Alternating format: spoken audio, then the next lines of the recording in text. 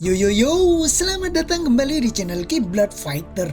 Nasib buruk UFC, Conor McGregor penuh dengan ketidakjelasan. Dan terkesan semakin besar tubuhnya, semakin besar pula kedunguannya.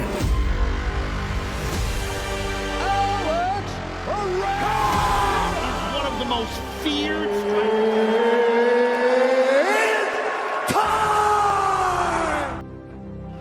I'm gonna kill you and your whole fucking team. You and them bitch kids. Sebelumnya dia baru saja mengalami cedera parah. Cedera kaki serius dialaminya saat berduel dengan Dustin Poirier pada tahun 2021 silam. Proses penyembuhan memaksanya menepi cukup lama. Comeback, McGregor langsung dapat tawaran menggiurkan. UFC memberikan dia peran sebagai pelatih di acara The Ultimate Fighter musim 31. Dengan demikian, calon lawan pria asal Irlandia tersebut sudah pasti pelatih lawannya di acara tersebut, yakni Michael Chandler. Meskipun sudah jelas lawannya, namun tanggal mentasnya The Notorious tersebut masih tidak jelas. Terlebih lagi dia juga terseret masalah tes doping, yang kian membuat kelanjutan karirnya bak tertutup kabut tebal.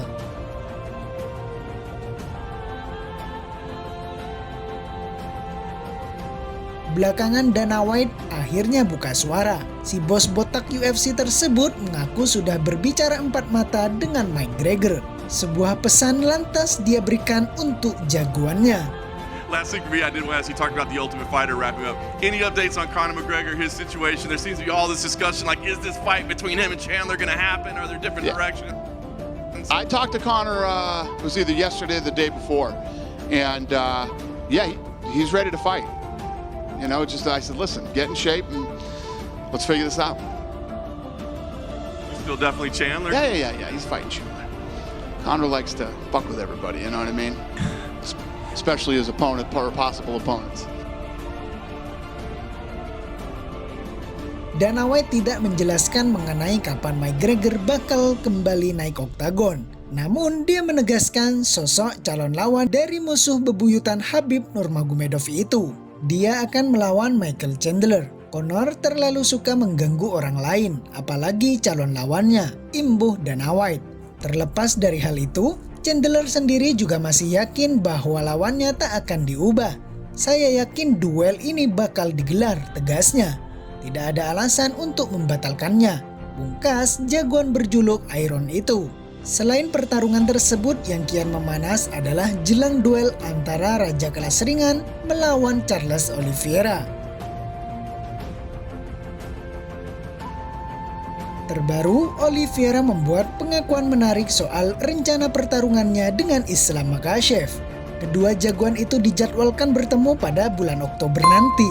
Pertarungan ini begitu spesial, bukan hanya karena status perebutan gelarnya saja. Hawa panas kian terasa sebab duel besok menjadi bentrokan ulang mereka berdua. Pada pertarungan pertama, Makhachev sukses membulan-bulani Oliveira. Rekan seperguruan Khabib Nurmagomedov itu memetik kemenangan di zona aman lawannya, yakni dengan kuncian.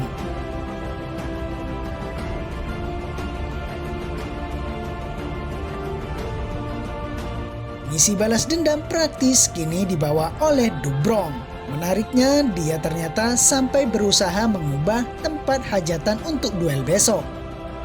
Coba bermain dengan UFC, jagoan yang kini berusia 33 tahun itu berniat membuat duel tidak digelar di Abu Dhabi, yang sudah seperti markas dari Makhachev.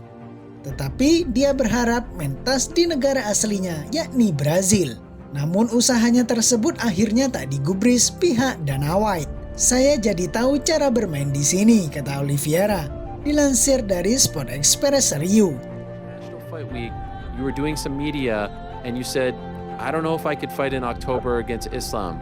Obviously, you are fighting in October against Islam. So what changed? Okay, so he said, what changed is that I just learned how to play. You know, now I'm playing. What I knew, is that UFC was planning to maybe have a fight in Brazil in November. So I was trying to push it to November. So I was just playing with them. Obviously, it didn't work. So now I'm fighting in October. But that's what I was doing. Okay. I was wondering that. I was wondering if you were kind of playing hard to get. Did it work in the sense that they maybe give you a little bit more money to show up in Abu Dhabi? That's what I thought you were doing. He said maybe it was really hard. I kept pushing for that answer, saying, "But did you make more money?" He was like, "Oh yeah, it was a good, it was a good strategy, good thing." I guess so. Okay, way to push there. Did you think that you would get a title shot so soon after the fight in October of last year? Usually you have to fight once, twice, 3 times, 4 times maybe to get back. Here, you had the win over Beneil in Vancouver, and now you're right back in the same spot.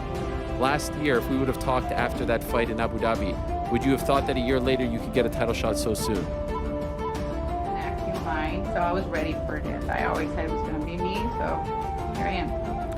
What is maybe 1 or 2 things that come to mind that you can't do in this fight that happened in the first fight? Obviously, you've learned some lessons, I would imagine, from the first fight. What are some of the lessons that you have learned and can't replicate in this second fight in October? I think the most important thing is being happy, being myself, and just, being challenging myself, and that's all that matters, being happy while I'm fighting. Okay. Saya tahu bahwa UFC mencoba menggelar hajatan di Brazil untuk bulan November besok. Jadi saya coba menggeser duelnya ke bulan November juga. Saya coba bermain dengan mereka, tetapi mereka tidak menggubris. Dan sekarang kami akan bertarung di bulan Oktober, sambungnya. Terlepas dari hal itu, Oliveira mengaku sudah mengantongi resep untuk menang pada duel besok.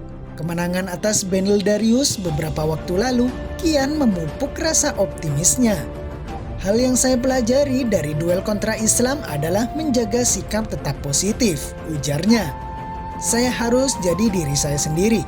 Saat saya mengalahkan Dariush di Kanada, saya merasa itu begitu spesial.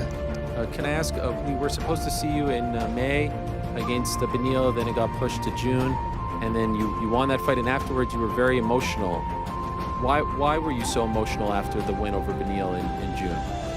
To be honest, I have fought in Canada 4 times, and I was coming from a loss. I had never won in there, and then I won, and people were so welcoming. They were cheering for me. It felt like I was fighting in Brazil, so that's what it was. Sebelumnya saya tidak pernah menang di Kanada. Oleh karenanya, saya begitu emosional dengan kemenangan tersebut. Para penggemar yang menonton memberikan dukungan kepada saya. Rasanya seperti bertarung di Brazil, tambah Oliveira. Memang jagoan UFC tersebut, Charles Oliveira, ternyata punya hubungan yang tidak baik dengan hajatan di Kanada. Negara tersebut sudah seperti tempat angker baginya. Bagaimana tidak? Dia tercatat kalah 4 kali di sana. Keempat kekalahannya juga bisa dibilang sangat sadis. Dia selalu kalah finish, yakni mulai dari lawan Jim Miller hingga Max Holloway. Bahkan pelatih Oliveira, Diego Lima, mengaku bahwa dulu anak didiknya itu sempat bercanda ingin memblacklist Kanada dari tempat duelnya. Dan sekarang, apakah Abu Dhabi juga akan menjadi tempat yang di blacklist Oliveira? UFC 294 lah yang nanti akan menjawabnya.